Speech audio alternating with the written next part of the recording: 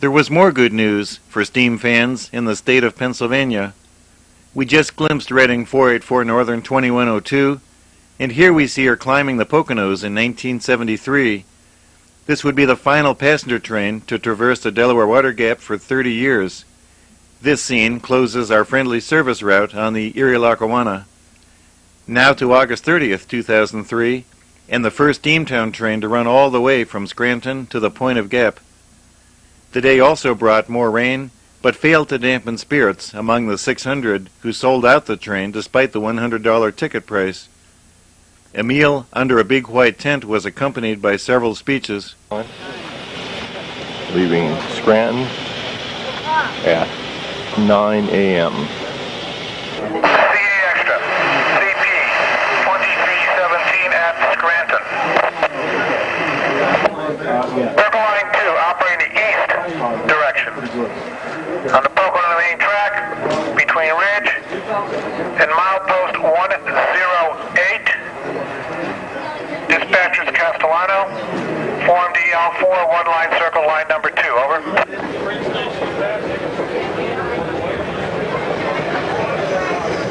28 miles on and over the Pocono summit, the diesels came off at Toby Hanna and preceded the train to the water gap.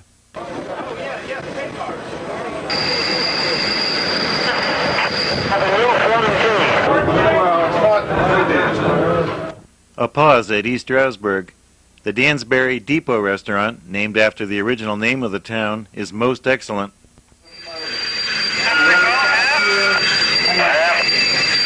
How long was stopping here?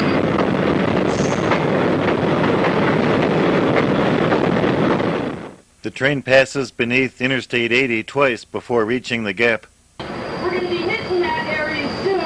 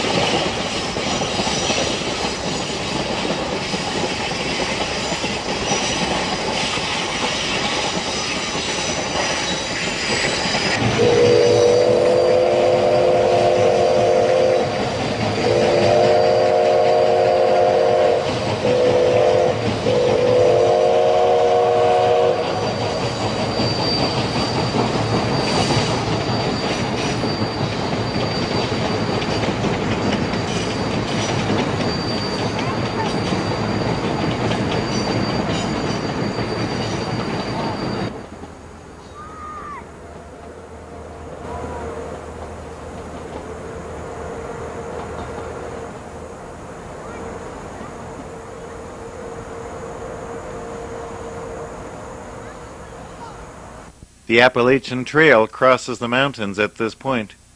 Shortly beyond the gap, the passengers detrained, while the engine continued a couple of miles onto Portland for water. At this point, there is a pedestrian bridge to the Jersey side. Before 1955, this was the last covered bridge. The flood also put the Lackawanna Railroad out of business for several weeks.